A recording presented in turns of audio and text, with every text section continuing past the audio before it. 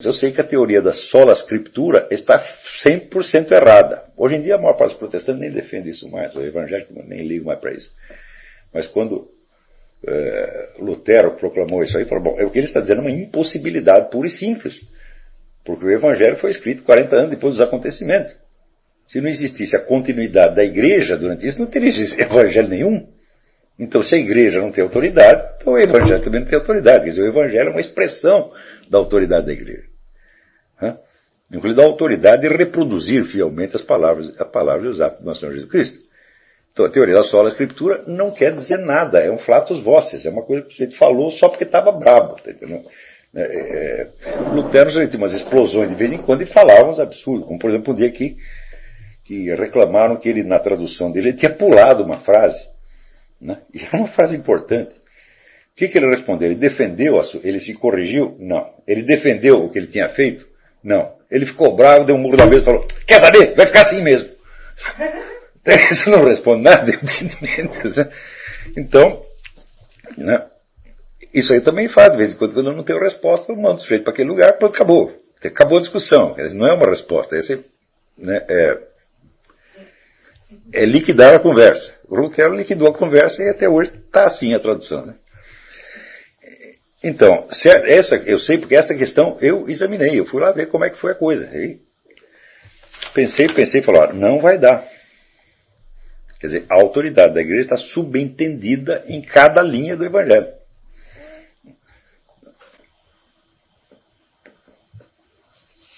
Aqui tem uma pergunta. Marilete Tanque. Eu não vou ler a coisa, o tempo é comprido, mas ela diz que pertence à Igreja Batista, mas não me sinto mais batista no sentido estrito da palavra e nem acho que devo ter qualquer denominação. Sou apenas uma cristã que procura viver o mais perto dos ensinamentos do meu amado Salvador. Ocorre que nos anos em que eu ouvi as pregações de pastores evangélicos, aprendi a ler a Bíblia com muito amor e reverência e dela me alimento todos os dias, não senti nenhuma dúvida quanto à inspiração do Espírito Santo para compreender e fazer dela orientação espiritual para a minha vida. Agora pergunto, por que tenho de ter um intermediário como a igreja, formada por homens, para interpretar aquilo que já tenho diretamente do meu... Primeiro, porque estas palavras chegaram para você através da igreja, e não diretamente. Diretamente seria só se Jesus Cristo aparecesse na sua frente e dissesse. Essas palavras foram registradas por esses mesmos homens, cuja interpretação você está desprezando. Se não fosse eles, não teria evangelho algum. Então, o evangelho é obra da igreja. E note bem, em parte alguma se diz que aquilo foi ditado por Deus, foi inspirado. Inclusive, vamos dizer, nos trechos que são reproduzidos textualmente, que são palavras de nosso Senhor Jesus Cristo. Se você somar tudo que Jesus Cristo disse, que está textualmente, algumas edições vêm até em vermelho, não dá 20 páginas. Você acha que Jesus Cristo disse só isso? Não, ele disse muito mais. No entanto, o que foi guardado e registrado foram essas palavras. Portanto, houve uma seleção. Quem fez essa seleção? A igreja. Autorizada e inspirada por nosso Senhor Jesus Cristo.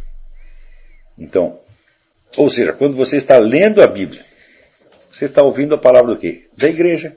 Não é diretamente a palavra de Deus. A expressão palavra de Deus, tá certo? É uma metonímia. Figura e linguagem. A palavra de Deus foi só aquilo que Deus disse diretamente. O que ele inspirou e autorizou não é diretamente dele. Tem a autoridade dele, tá certo? Mas através de uma autoria humana. Essa autoria humana é exatamente da igreja. Então o que você está lendo é o material da igreja. Não tem saída isso aí. Não importa se você é batista, metodista, católico do B, ortodoxo. Isso aqui é um simples fato histórico. Não tem como escapar disso. A sucessão apostólica já tem ali no começo. O senhor se referiu aos evangelhos, ou seja, que Cristo veio primeiro e depois a igreja por último os irmãos. Onde o senhor colocaria o Velho Testamento também a parte da igreja da Bíblia? É a mesmíssima coisa. A tradição profética. Se você desprezar a igreja, você desprezará junto a tradição profética. Que é exatamente a mesma coisa. Então, pelo simples fato de você ler a Bíblia, você está lendo algo que foi escrito por homens inspirados por Deus. Depois traduzido por outros homens que você não sabe se estão inspirados. e impresso por um terceiro, revisto por um quarto, que também você não sabe se são inspirados. Ou seja, se não existe esta imensa colaboração através das gerações, meu filho, não tem Bíblia nenhuma. Então, por isso é que, quando Cristo institui a sua nova aliança, ele institui com quem? Com os apóstolos. O que são os apóstolos? A igreja. Ele é fiel a essa aliança. Né?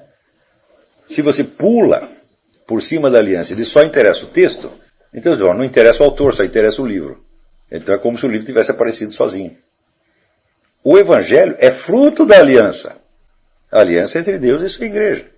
Agora, isto é um enfoque. O outro enfoque é saber o seguinte: se hoje você tem, na instituição chamada igreja, se você tem ainda pessoas qualificadas para te ensinar, para interpretar o texto da igreja, etc. Bom, o texto do Evangelho. Eu acho que para cada 10 mil que aparecem querendo fazer isso, talvez tenha um qualificado. E às vezes o mais qualificado não se dá muito ao trabalho de explicar, está entendendo?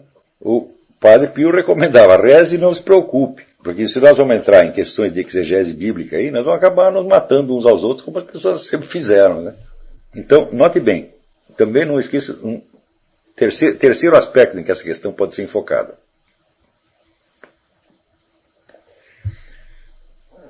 O contato que existe entre o ser humano, você, Marilete Tang, e Deus, não é só através da Bíblia, é através do próprio Deus. Então eu vou lembrar para vocês uma coisa, vocês que são cristãos, né? Os que não são, podem achar também isso interessante. Né? Jesus Cristo é o Logos Divino encarnado. Isso quer dizer que a inteligência de Deus aparece na Terra sob a forma do corpo humano vivo. Corpo humano que respira, come, tá certo? Tem carne e osso. Uma coisa material, não é material. Ela teve gente que tocou o corpo dele, tá certo? Então disse bom dia, mesmo sem saber quem era. Tocou. Por outro lado, na comunhão você recebe um pedaço de pão que Jesus Cristo disse. Ele não disse, isso é meu espírito. Ele disse, isso é o meu corpo. Ele disse, ora, de que poderia ser formado o universo real? Senão do corpo do Logos. Nossa inteligência só existe como pensamento. Mas a inteligência de Deus não existe como pensamento, existe como realidade. Então isso quer dizer que o corpo divino está aqui presente. Não há nada que esteja fora dele. Nada, nada, nada, nada. Esta mesa aqui, eu, você, você está entendendo? Nele vivemos, nos movemos e somos, dizia São Paulo Apóstolo. Nós estamos dentro de Deus. O universo está dentro de Deus. Então como é que você vai se separar dele? Nós só separamos mentalmente, por abstração, né? Fisicamente, realmente, jamais nos separamos. Agora, a nossa mente, coitadinha, ela só consegue pensar por abstração. Então, quando nós começamos a pensar isso aqui, por exemplo, exercício imaginário, né? Você vê toda a coisa material que está em volta de você, e diz, epa, isso aqui é o corpo de Deus. Não há outro corpo fora dele. Nada, nada, nada, nada, nada. Então como é que podemos estar separados de Deus? Só mentalmente, por hipótese. E dentro dessa hipótese, muitas pessoas vivem. Não é incrível? Graças ao quê? Ao poder da abstração. Quer dizer, o poder da abstração nos leva ao conhecimento, mas também nos leva à mais rematada estupidez. E note bem, em tudo isso eu não estou raciocinando a partir, vamos dizer, de uma doutrina. Eu estou raciocinando a partir de uma narrativa. Quer dizer, eu estou tomando o Evangelho como uma narrativa. Algumas pessoas viram certas coisas e contaram. E eu não tenho motivo para duvidar delas. Então, vamos dizer, um testemunho altamente acreditável. Tá certo? Então, não estou lendo o Evangelho como expressão de uma doutrina, mas apenas como testemunho histórico. Então, note bem, quando o pessoal fala o Jesus histórico, ele está falando, não, o Jesus histórico é apenas a parte humana. Eu digo, mas espera aí, mas isso não é a história de Jesus Cristo. Se você diz, só a parte humana, diz, qual parte humana, meu filho? Do que você está falando? Quer dizer, se você está separando, tem um Jesus divino que é o Jesus da crença, e tem outro Jesus que é o Jesus histórico. Tá certo? Então você já está desmentindo o que ele mesmo disse, está dizendo que ele mesmo mentiu. Porque não foi isso que ele disse, Eu era Deus, mas agora estou aqui andando apenas como homem. Não foi isso que ele disse. Então você está desfigurando a própria história. Se nós tomarmos o Evangelho não como doutrina desta ou daquela igreja, mas como simples testemunho histórico, E analisando filosoficamente essa narrativa, nós vamos chegar a essa mesma conclusão que eu estou chegando aqui. Isso não é teologia. Eu não estou levando absolutamente em conta a doutrina que a igreja elaborou em cima disso. Nada. Não estou levando em conta a opinião de ninguém. E esta mesma análise me leva a entender que o elemento igreja é um elo essencial da narrativa, sem o qual a narrativa nem teria chegado aqui. Está entendendo? Agora, hoje em dia, como essas igrejas estão tudo esculhambadas mesmo, que sentido faz, vamos dizer, um debate de protestantes e católicos, se o protestante não é protestante e o católico não é católico? Isso está tudo uma besteirada, quer dizer, não vamos perder o nosso tempo com isso. Quer dizer, continua lendo a Bíblia, mas pode ficar certa, Marilete, que você tem muito, a sua rede de contatos com Deus vai infinitamente além da sua leitura da Bíblia. Procura lembrar disso. Nosso Senhor está fisicamente presente. Fisicamente.